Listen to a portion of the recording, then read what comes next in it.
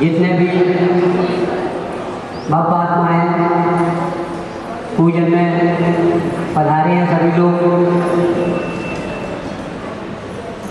शीघ्रता से बैठते जाएं। आज परम पूज्य गुरुदेव का पूजन करने का सौभाग्य हमारे परिवार को प्राप्त हुआ है। सभी लोग जितने लोग अभी आ गए हों आगे की पंक्ति में आके बैठ जाएं और जितने भी शुद्ध वस्त्र वाले मंदिर जी में पूजन करने के बाद चाहे वो पुरुष हो महिला न हो अगली पंक्ति में बैठा करें, ताकि मुनिवर ने जो हमें उपदेश दिया है कि शुद्ध वस्त्र में ही तरफ चढ़ानी चाहिए वो सभी लोग आ गया है। उसका फायदा आप सबको मिलेगा। जो भी शुद्ध वस्त्र पहन के आते हैं उनको इसका फायदा मिलेगा। चलो बेटी पूजन शुरू करें।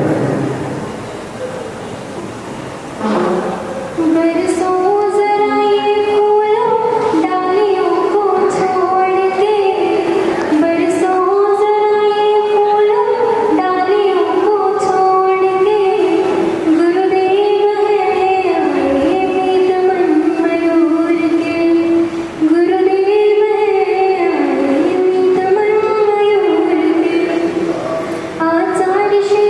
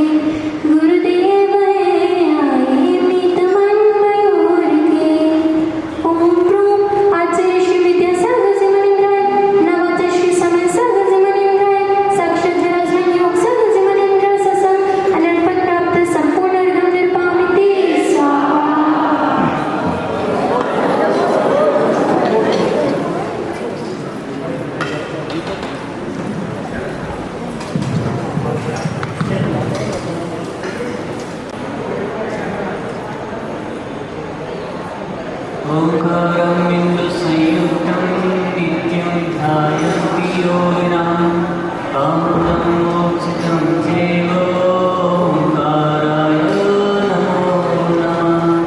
अव्ययशब्दगणो प्रक्षाल्य सकलभूतलङ्कारो मुनिरुपासीथा सरस्वती कर्तुं नो दुर्गम् अज्ञानतिमिरान्तानां ज्ञानञ्जनशलाकया चक्षुरुन्मीलितं येन तस्मै श्रीगुरवे नमः।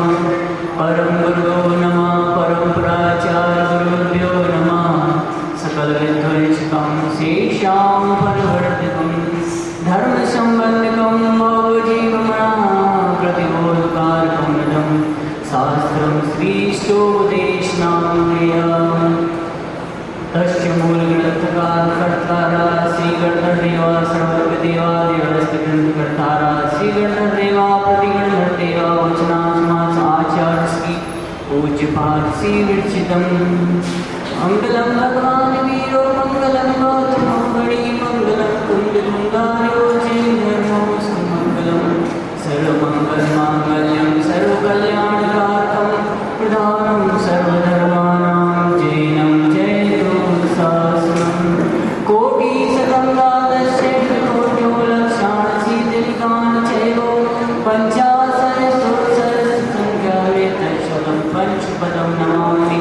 अर्हं तमाश्यर्थं गणधरदेवी व्यक्त्यं सम्मं परमावर्तितो सुदृढान् नमो वयं शिरसा इच्छाय वन्दे शुभक्तिभावशो तस्यालोचिन् अङ्गोऽङ्गपैण्य पौनपण्य सुपडमामि उपैचूय सेनस्तत्तकङ्गायं सैन्यकालमञ्चे पूज्यमि वन्दामि नमसामि दुःखमोहमक्रोभोगिराव सुवै वर्णं समायि वर्णं जिह्वोत्सम्पत्तिरोधुमज्जं नमोऽस्तु पौराणिकसदैवलं श्री आचार्योक्तिकाय सद्गुरुन्।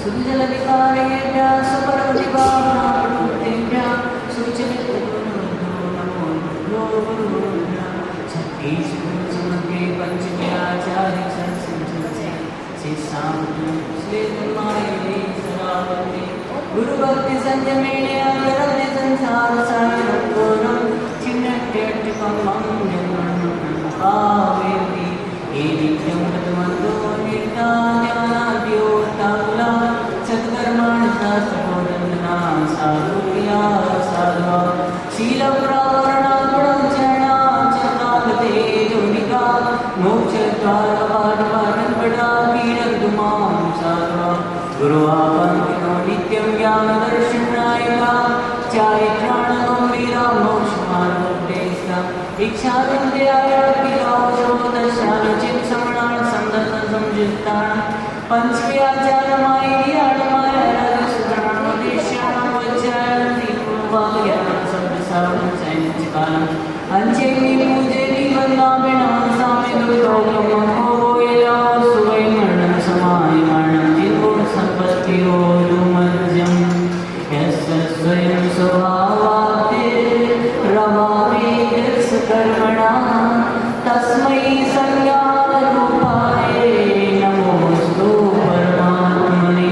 बोले देवादिदेवे खजाराट वर्तमान शासनाय पटना केवड़ो वीरनाथ भगवान की। बोले आचार्य पूज्यपाद स्वामी जी महाराज की। आचार्य भगवान श्री विद्यासागर जी महाराज की। आचार्य भगवान श्री क्षमय सागर जी महाराज की। परम पूज्य श्रेष्ठ निर्यापक श्रवण श्री योग सागर जी महामुनिराज की। बोलो 3 करोड़ मुनिराज की। परम पूज्य मुनिवर श्री निर्भीक सागर जी महाराज की जय। नमस्ते मुनि संघ की जय। आप सभी परम पूज्य पूज्यपाद स्वामी जी महाराज द्वारा रचित स्टोक देश ग्रंथ का पठन पाठन कर रहे हैं। पिछले दिवस आप सभी ने सुना कि शिष्य आचार्य महाराज से कहता है कि धन जिससे पुण्य का उपार्जन किया जाता है, जिससे पुण्य का उपार्जन किया जाता है, वह नित्य माने निंदा की योग क्यों है? माने धन के लिए बता रहे हैं। तो बताते हैं कि पात्रों को दान देना, देवों की पूजा करना आदि क्रियाएं पुण्य बंध के कारण हैं। वे सब धन के बिना हो नहीं सकते। इसलिए पुण्य का साधन रूप जो है धन नित्य क्यों है, माने नित्य भी क्यों है, इसके बारे में बता रहे हैं। तो उन्होंने बताया जैसे बने वैसा धन आप सब कमाते हैं, लेकिन यदि आपने सुपात्रों को दान नहीं दिया, आप सब समझते हैं ना सुपात्र, और जो दान किनको देना चाहिए? अपन दो वर्गीकरण करते हैं, कुपात्र और सुपात्र। मान लो आपने सामने वाले को सुपात्र नहीं बनाया और आपने उसको धन पैसा दे दिया, कि जैसे कोई व्यक्ति को आपने पैसा दिया, उसने धन का अर्जन करके, धन संग्रहित करके जाके शराब पी ली, मांस खा लिया, आदि आदि अंडे का भक्षण कर लिया, तो अपन क्या चले जाएंगे? माइनस में चले जाएंगे। माने अपन को दान देने का फल तो मिला नहीं और दोष और लग गया। ऐसे ही तो पुण्य किनको देना चाहिए? इसमें बताया गया है कि दान किनको देना चाहिए? जो महाव्रती हैं और जो व्रती हैं। और मान लो ये भी नहीं है, और जैसे कोई अपने यहाँ अतिथि आता है, अतिथि माने उसकी आने की कोई तिथि नहीं, और आपको पता नहीं मुख्य कैसा है, तो अपन ने उससे सहजता से पूछ लिया, भैया आप क्या सप्त वैष्णव में आपको चलते हैं कि नहीं चलते? आप सप्त वैष्णव में ग्रसित हैं कि नहीं? माने आप क्या अंडा चलता है क्या? थोड़ी बहुत बियर बिस्की वगैरह चलती क्या? तो माने अपन ने उनसे थोड़ी बहुत जानकारी ली। अब लेकिन इतना अपन डीपली नहीं जा पाते जब अपने घर कोई आता है, लेकिन उससे पूछ लेते कि भैया अपन जानबूझ के क्या फास्ट फूड तो नहीं खाते है ना? फास्ट फूड भी मांसाहार में आएगा क्या? अगर आप पैक्ड फूड खा रहे हो तो वो भी मांसाहार की श्रेणी में आएगा। तुम्हारे उसको कम से कम अपन छोटे ही रूप में सही सुपात्र बना सकते हैं। अपन इसके आगे चलते हैं। फिर महाराज श्री ने बताया कि तू जिस प्रकार शरीर के उपकार के लिए अनेक दुखों तथा वस्तु प्राप्ति के लिए इच्छा करता है, उस शरीर के स्वरूप की तो विचार नहीं करता कि यह स्वरूप क्या है हमारा शरीर, माने हमें कौन कौन से कार्य करना चाहिए, कौन से कार्य नहीं करना चाहिए, और अपन इस शरीर के स्वरूप का भान नहीं करते। माने हे उपादेय का अपन रंस मात्र भी ध्यान नहीं रखते कि कौन सी चीज हमारे लिए करने योग्य है, कौन सा चीज हमारे लिए करने योग्य नहीं है।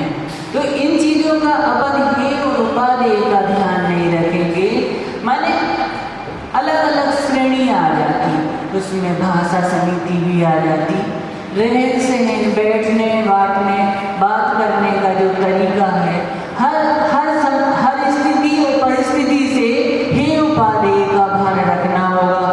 अपन ने किसी को कटु शत्रु बोल दिया कि आपस में लड़ाई झगड़े हो जाए, संवाद हो जाए, उस समय स्थिति परिस्थिति के अनुसार भी अपन को भाषा समिति का ध्यान रखना चाहिए। फिर आचार्य महाराज से पुनः वो प्रश्न करता है शिष्य कि शरीर हमेशा उपाय वाला, शरीर हमेशा अपाय वाला है। यदि धनादि के द्वारा इस शरीर का उपकार नहीं हो सकता, तो आत्मा का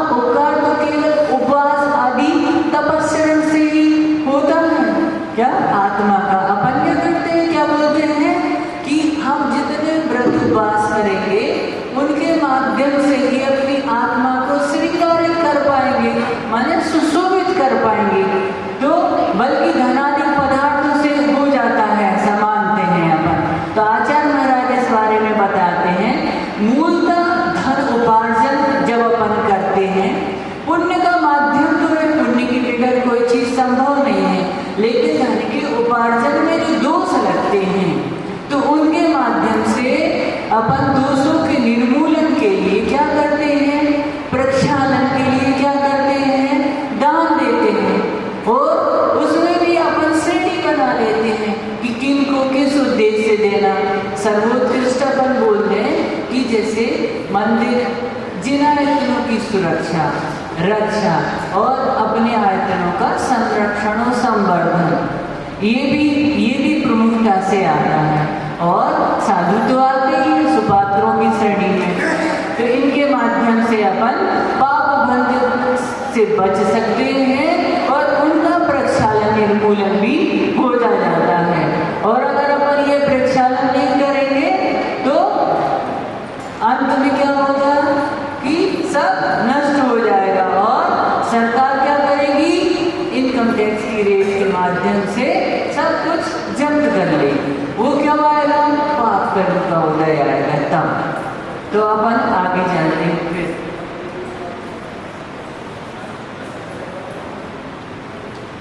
20वें नंबर की कारिका से पहले आपने सुना था कि आचार्य से पुनः प्रश्न होता है, जो कुछ परलोक संबंधी फल है जो हमने पूर्व उपार्जित किया है, फिर अपन उसमें डीपली चले जाते, गहराई में चले जाते, तो फिर वो बात आती है कर्म सिद्धांत की कि जो पूर्व उपार्जित कर्म है वो उदय में आते हैं। तो हमें क्या कहते हैं, जाओ अपन कर्म बांधते हैं।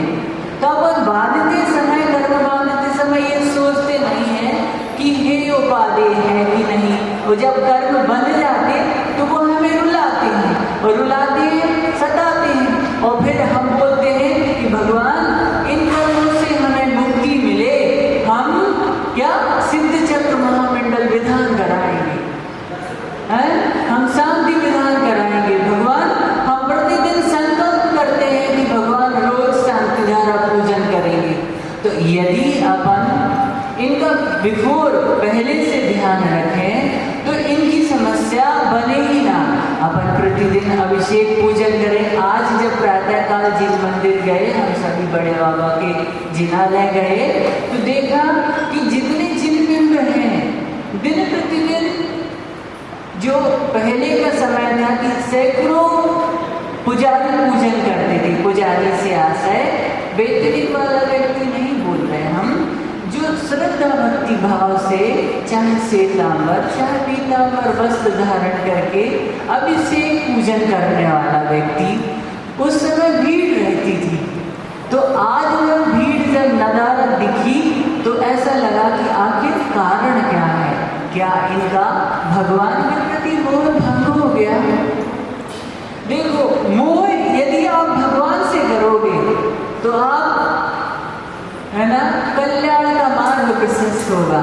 और अपन साधारण व्यक्तियों के प्रति, धन आदि, धन वैभव संपत्ति के प्रति मोह करेंगे तो ये सब क्या है, पाप बंध के कारण है। इन सब के प्रति अपन को बहुत अच्छे से सोचना समझना है कि आखिर हमें किनसे मोह करना है। जिनके प्रति वीतरागी सर्वज्ञ प्रभु के प्रति यदि अपन जिनवाड़ी माँ के प्रति मोह करेंगे तो ये आपको उत्थान का कारण है ना, स्वर्ग मोक्ष का कारण बनेंगे ये सभी। तो आज हमें जो स्थिति देखने मिली, हम ऐसी चाहते हैं कि कल वह देखने ना मिले। आपके पास मोबाइल की व्यवस्था है, हर व्यक्ति के पास एक एक तो नहीं, 2-2 मोबाइल है पॉकेट में, और उसमें अलार्म की व्यवस्था भी है। अब आप कह नहीं सकते कि हमारी नींद नहीं खुल पाई। आप उसमें अलार्म भरे, सेट करें, और उसके माध्यम से प्रत्येक दिवस धन उपार्जन का जैसे कार्य करते हैं, प्रत्येक दिवस आपका कर्तव्य है। इस अहम की भावना से कि अगर हम कर्तव्य नहीं करेंगे तो हमारा जीवन सार्थक नहीं, हमारा दिन सार्थक नहीं, हमने व्यर्थ ही वह दिन गवा दिया। इस चीज का बहुत अच्छे से अपन को अवलोकन करना, प्रत्येक दिवस प्रभु की बैयावृत्ति से वंचित नहीं रहना, क्योंकि इस चीज को बहुत अच्छे से समझना अपनी जैनिज्म का ये फाउंडेशन है, माने शुरुआत है, न्यू है। क्या बोलते हैं, देव पूजा, गुरु बस्ती, स्वाध्याय, संयम, दानम चेती कृष्णानाम सत्कर्माणि दिने दिने। यदि अपन इन चीजों का भान नहीं रखेंगे, अपन प्रभु की पूजन स्तुति उनकी बैयाबत्ती से वंचित रहेंगे, तो ये क्या है, आपको नीचे की ओर ले जाएगा। आप नीचे से समझ सकते हैं हम कहना क्या चाह रहे हैं। इसलिए अपन को ध्यान रखना और अपन अब आगे चलते हैं ध्यान की ओर, जिससे अपनी आत्मा का उत्थान हो सके। 20वें नंबर की कार्यक्रम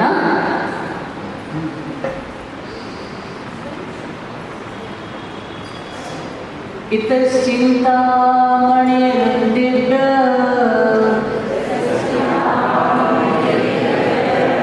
इतः पिण्डाकखण्डकम्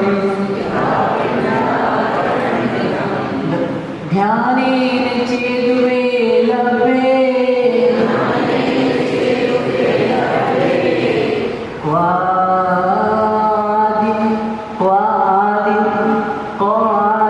क्वादियन्तां विवेकिनाम्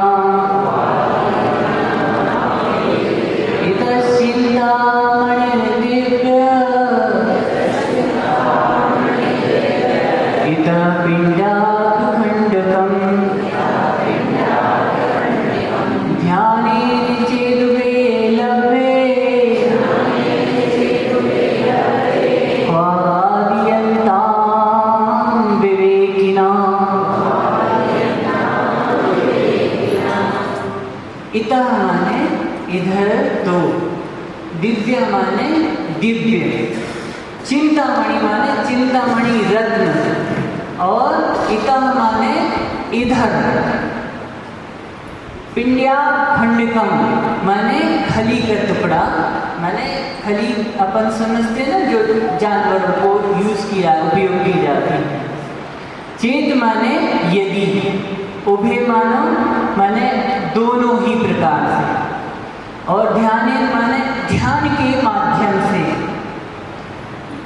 लभ्य माने प्राप्त किया अर्जित किया, विवेकिना माने बुद्धिमान पुरुष या बुद्धिमान मनुष्य, क्वा माने कहाँ पर, यानी किस वस्तु में, अधियंताम माने आदर करे, किसके प्रति रिस्पेक्ट करे, बहुमान करे कि कौन हमारे लिए सदुपयोगी है। यहाँ आचार्य महाराज बोलते हैं एक और चिंतामणि रत्न रखा हुआ है, एक और चिंतामणि रत्न रखा हुआ है जो मन को आकर्षित करता है, और दूसरी ओर एक कांच की कणिका है माने टुकड़ा है जो जग को छल रही है कि यह हीरे की तरह है। आजकल आर्टिफिशियल हीरे आने लगे ना, तो वो क्या है, जग को छल रही है, क्योंकि उससे भी हीरे जैसी आभा का भान हो रहा है कि ऐसा तो नहीं, यही हीरा। अभी क्या हुआ, पिछले कुछ वर्ष पहले हम लोग देवनगर में थे, नियर ही पन्ना है पास में, तो पन्ना में छोटी छोटी जिन हो सकता आप सबने देखी हो, तो ऐसा बताते हैं, वैसे हमने प्रत्यक्ष नहीं देखी।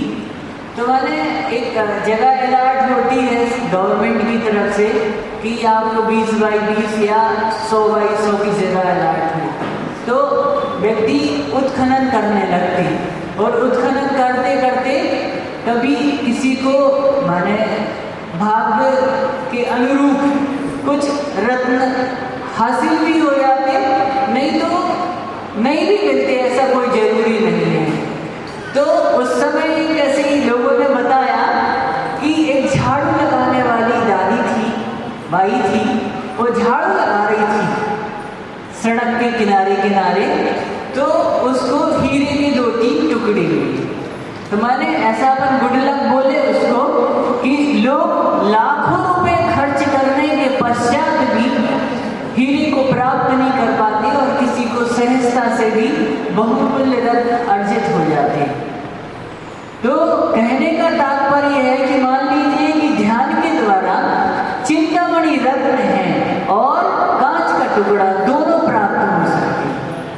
ध्यान के माध्यम से। उसमें से बुद्धिमान जीव की माने किसकी इच्छा करेगा, है ना? तो उसमें बोलते हैं क्वा अदित्याम। अदित्याम माने विवेकी कहाँ पर आदर करे, इच्छा करे और क्या सोचे कि ये चीज ये है, ये उपाधि है। तो आचार्य पूज्यपाद स्वामी जी महाराज कहते हैं कि विवेकी जनों के सामने ये बहुत बड़ा प्रश्न हो जाता कि हम इसमें से कौन सा डिसाइड करें, निश्चित करें कि कौन सा सही है, कौन सा गलत है।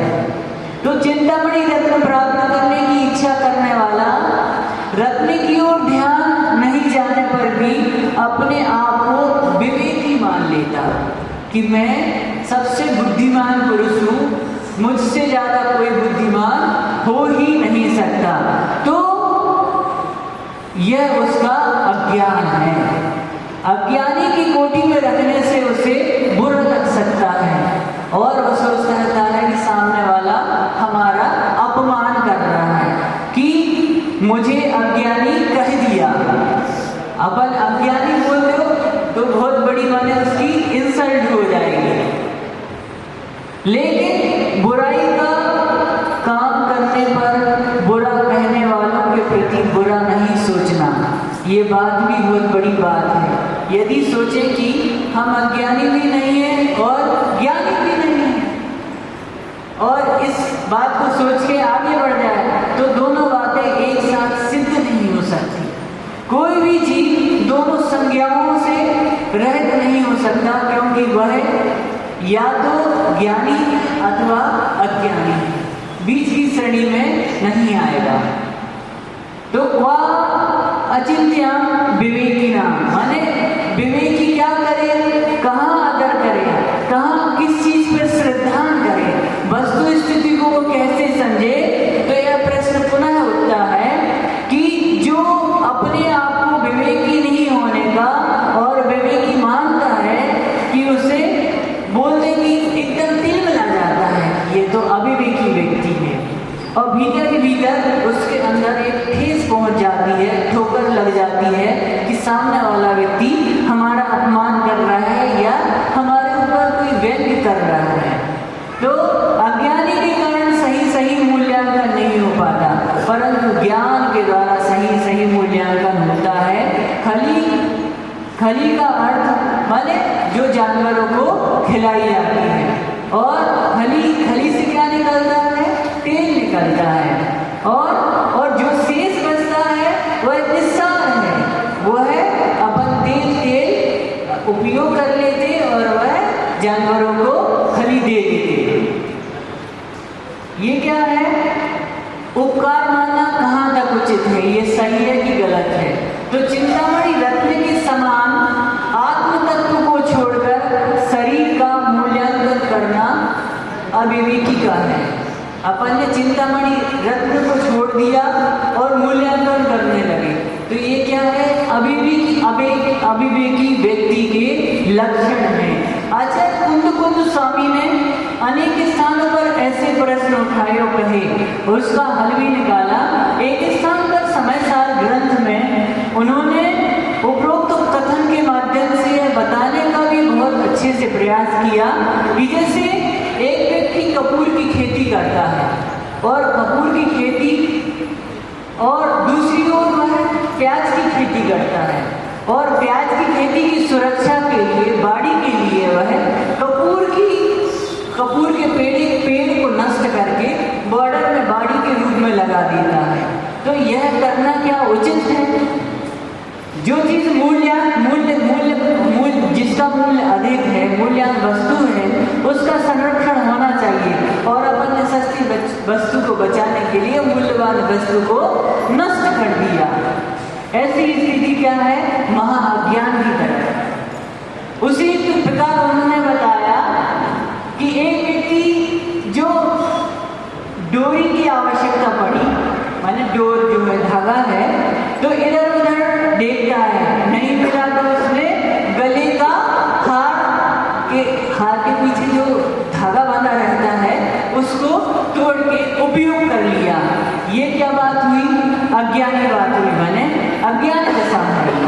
ऐसे ही एक प्रसंग और आता है कि एक व्यक्ति बरसात के कारण से दलदल होने से वह उसके हाथ पैर गंदे हो जाते हैं, तो वह क्या करता है, पानी का उपयोग ना करके हाथ पैर को धोने में वह अमृत के माध्यम से अपनी शुद्धि कर लेता है।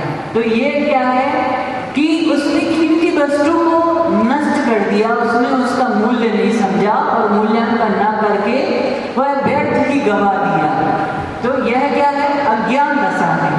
वैसे ही एक व्यक्ति बैठा है और दीवार पर कौवा बार बार काट रहा है और वह अपने अनाज की रक्षा कर रहा है, और उस अनाज की रक्षा करने के दौरान उसने अपनी अंटी से कोई बहुमूल्य रत्न निकाला पत्थर ना मिलने पर, और रत्न के माध्यम से कौवा को भगाना ये कहाँ से कहाँ तक उचित है बताया।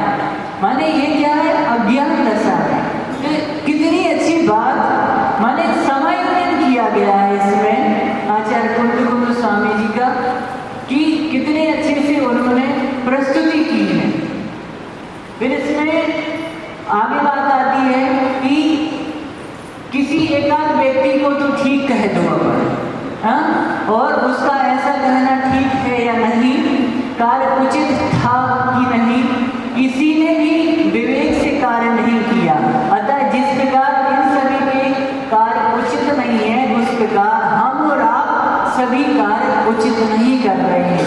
अतः जिस प्रकार इन सभी के कार्य उचित नहीं है, इन सब चीजों को हमें बहुत अच्छे से सोचना है, समझना है और वस्तु स्थिति के माध्यम से इस मानव जीवन का मूल्यांकन समझना है, क्योंकि बड़ा दुर्लभ है यह मानव जीवन। यह सुनकर जो तत्व ज्ञान रखते हैं उनको भी अंदर ही अंदर बड़ा दुख व्यक्त होता है, गिलानी होती है और बाह्य रूप से पसीना भी आ जाता है।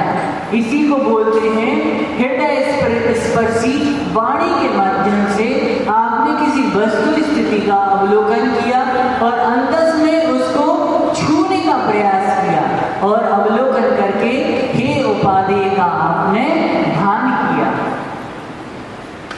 तत्व ज्ञान होने पर भी जिसको विषय कसायों के माध्यम से घृणा नहीं होती, तो समझो उसके कर्मोदय में अति तीव्रता है, तो मैंने तीव्रता के साथ कर्मोदय आया। जैसे जब कभी किसी भी तीव्रता से कर्मोदय आते तो पूरी पारिवारिक रूप से विपदाओं का सामना करना पड़ता।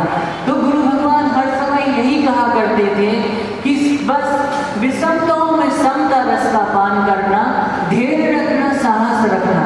भक्ति एक ऐसा माध्यम है जिसके माध्यम से कर्मों का निर्मूलन किया जा सकता है, उन कर्मों की आने की जो तीव्रता को मंद किया जा सकता है, क्योंकि बाकी कोई कंट्रोलर सिस्टम है नहीं कि ऐसा नहीं है कि दरवाजे आप बंद कर दो, उसमें दरवाजे बंद कर दो, आप एक रूम से दूसरे रूम में चले जाओ उसके भी दरवाजे बंद कर दो, 7 रूम के अंदर भी चले जाओ, लेकिन कर्म आपको छोड़ेंगे नहीं।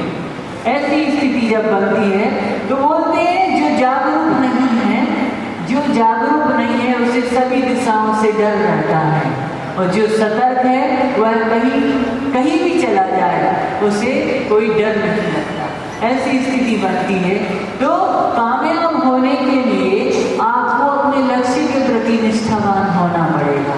यदि आप अपने कर्तव्य के प्रति, अपने लक्ष्य के प्रति निष्ठावान नहीं हैं, तो ये हमारा जीवन दिन प्रतिदिन घट ही रहा है।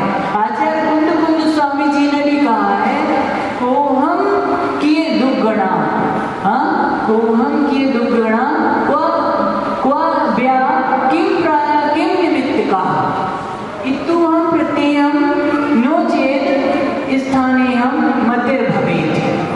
माने मैं कौन हूँ, इस चीज का अपन को ध्यान रखना।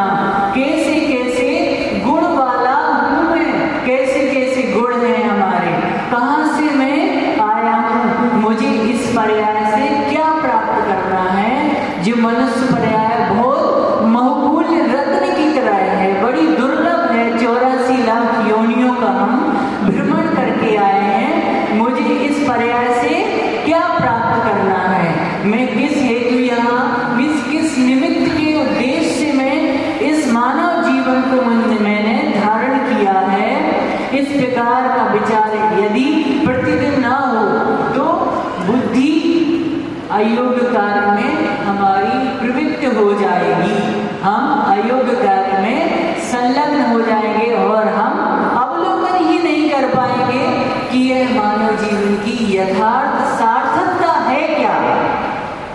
आप लोग बोलते हैं कि दवाएं पेट भर नहीं खाई जाती, है ना, नहीं खाई जाती ना, क्योंकि जो दवा का डॉक्टर ने, वैद्य ने एक लिमिटेशन के अनुसार खुराक बताई है, उस खुराक के अनुसार दवा खाना पड़ेगी। अगर एक डिब्बे में मान लो 60 टैबलेट हैं और एक साथ आपने 60 टैबलेट खा ली तो क्या होगा, विपरीत परिस्थितियां होंगी, है ना। वैसे ही हमें समझना है कि जिसके द्वारा कभी भी रोग का निवारण नहीं हो सकता, उसी प्रकार आचार्य महाराज कह रहे हैं कि लगातार स्वाध्याय मान करते जाओ, घंटों घंटों उपदेश चलते रहे और आप सुनते चले जाओ, तभी जाकर अपने अंतस में ज्ञान की जो किरण है वो अंतस से स्फुटित होगी। और ऐसी धारणा उचित नहीं है, ऐसी रंजमात्र धारणा नहीं बना लेना। एक इशारे में ज्ञान की किरण स्फुटित होती है और विषय कसायों से हम कोसों दूर चले जाते हैं, विषय कसायों से।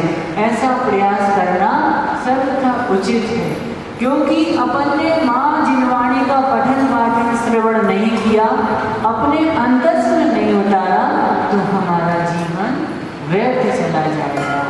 लोग कहते हैं कि जैसे कोई कैमरामैन है, उसने जैसे भीड़ हटी और एक एंगल बनाया और एंगल से उसने क्लिक किया, लेकिन फ्लैश चालू नहीं हुआ, अरे फोटो ठीक नहीं आई। पुनः देखा, उसने पुनः क्लिक किया और क्लिक करके उसने बोला हाँ अब यह फोटो ठीक हो गई, तो ठीक आ गई। माने तो क्या है कि एक बार बटन दबा दिया फिर भी नहीं, तो बोलते हैं कि नो एडमिशन विदाउट परमिशन, बोल देते हैं। अब आपने बिगड़ पूछ लिए, नहीं हटो इधर से, अलग हो जाओ, तो ऐसा बोल देते। तो इसके साथ क्या हुआ, क्योंकि सुनने वाला यह सोचता है कि अभी तो ग्रस्त अवस्था में है, फिर कभी सुन लेंगे, फिर कभी सुन लेंगे, हम तो दिन भर काम करते हैं, अरे कोई बात नहीं, इतनी व्यस्तता है, आज नहीं तो कल हम श्रवण कर लेंगे। लेकिन इतना जीवन की ऊहब हुए, इतनी व्यस्ततम जीवन में हम जब सायंकालीन थक जाते, जब शास्त्र श्रवण की बात आती मंदिर जी में, जब शास्त्र वचनिका होती, तो हम क्या करने लगते, ऊँघने लगते। अब हम सुन लें, लेकिन शारीरिक क्षमता नहीं बची हमारी, हम कैसे सुन लें।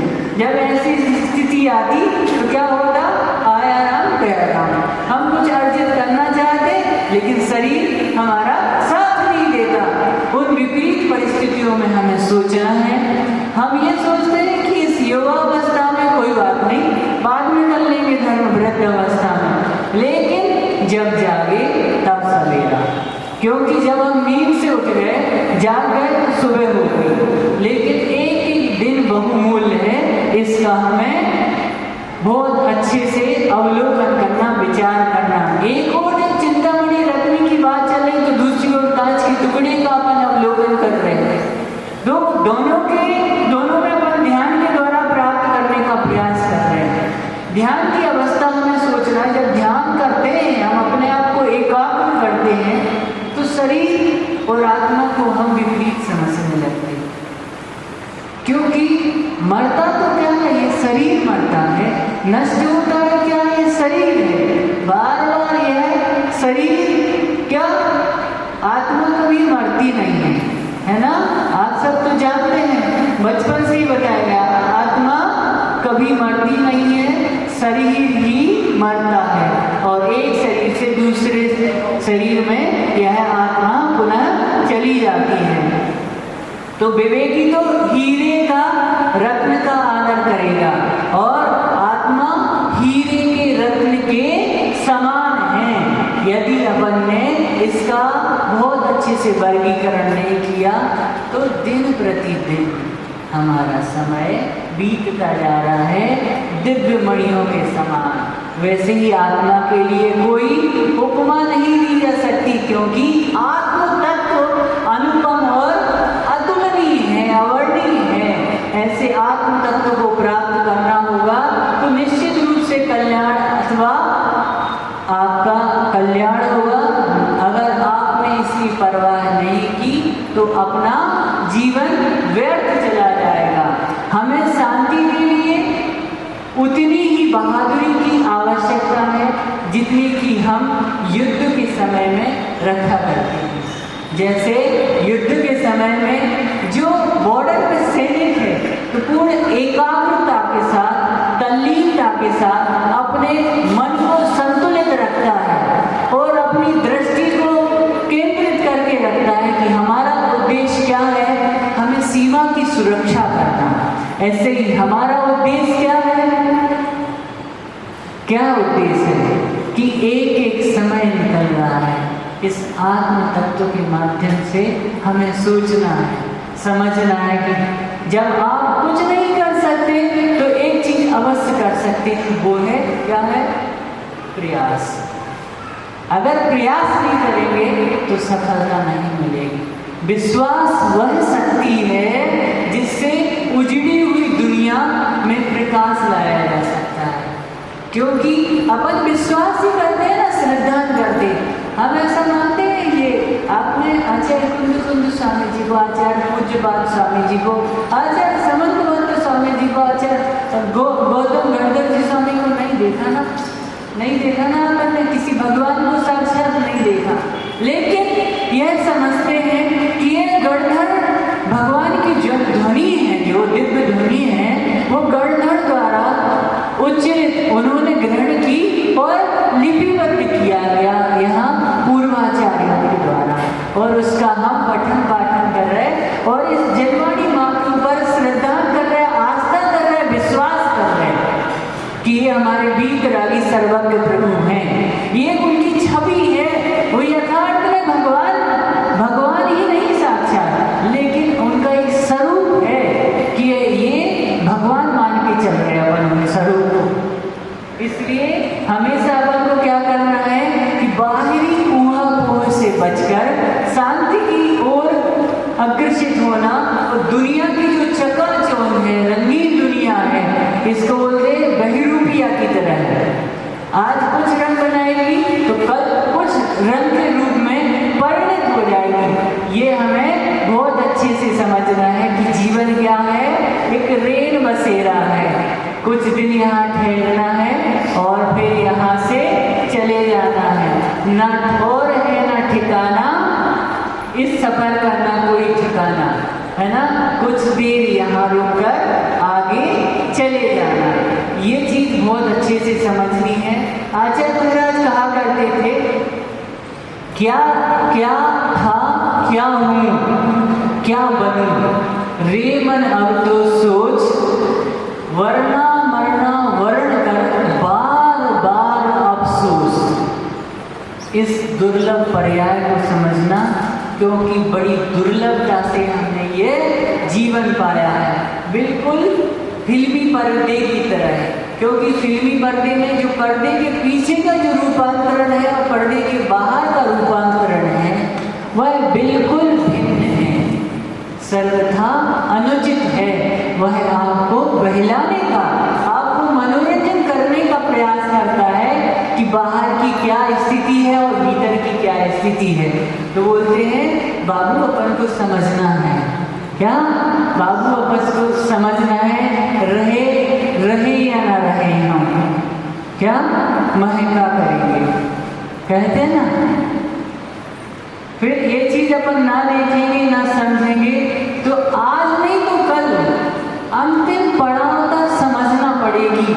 अगर नहीं समझे तो फिर वही बात है, 4 दिन की चांदनी फिर अंधेरी रात, फिर बाद में अफसोस करने से कुछ नहीं। माने जिंदगानी का कोई भरोसा नहीं है, कल का को क्या ठिकाना है हमारा। आज हम बात कर रहे हैं, कल पता चले कि आप दाह संस्कार में जा रहे हैं हमारे। मैंने ये चीज आपको समझनी है, क्योंकि बड़ी दुर्लभ है स्थिति कुछ दिन के बाद तो देखो 1 महीने हो ही गए हैं यहाँ से, समथिंग 1 महीने हो गए, 1 आध दिन कम होगा। वैसे आप सबको खुशी हो रही होगी, बस बहुत कम दिन बचे हैं। यूँ समझे अपन कि सितंबर और अक्टूबर और 1 जुलाई को माने 1 नवंबर को विदाई की बेजा रहेगी। माने ऐसी माने खुशी के पल आने वाले हैं आप सबको कि कोई कहेगा नहीं आपसे कुछ और माने कि ये रहेगी कि बस अंतिम धीरे धीरे पड़ाव की ओर। और मध्याह्न का जो समय रहता है, एकदम मध्य का जो समय रहता है, वो रहता है पर्यूषण का समय। बस शेष आधा समय उसके बाद ही रह पाता है। यह बात अपन को बहुत अच्छे से समझनी है और आगामी कुछ समय पश्चात वात्सल्य पर्व भी आने वाला है। हम सब बड़े उत्साह से उमंग के साथ भगवान श्री श्रेयांसनाथ जी का मोक्ष कल्याणक मनाएंगे। उस वात्सल्य पर्व के माध्यम से हम तीर्थ रक्षा की भावना रखेंगे कि इन जो पूर्वजों के द्वारा, हमारे नहीं, आप सबके पूर्वजों के द्वारा ही संरक्षित और सुरक्षित किए गए और आप सबके ही पूर्वजों के द्वारा विराजमान किए गए ऐसे प्राचीन जिन बिंबों की संरक्षण और संवर्धन की सुरक्षा का आपको ही ध्यान रखना है। आपके द्वारा आपको ही ध्यान रखना है और आपको ही इनका संरक्षण और संवर्धन करना है, क्योंकि ये हमारे जिन बिंब सम्यक दर्शन के आलय है। अनंतों भवों तक सम्यक दर्शन के केंद्र रहेंगे। जो भी व्यक्ति इनके दर्शन करेगा उनका सम्यक दर्शन पुष्ट होगा और हम सब की ऐसी मंगल भावना होती है, होना भी चाहिए कि ये प्राचीन जिन बिंब हमारे अनंतों भवों तक सुरक्षित रहें, क्योंकि हम रहेंगे या न रहेंगे, हमारा शरीर नश्वर है। आज नहीं तो कल ये शरीर मिट्टी में मिलेगा, पंचतत्व में विलीन होगा।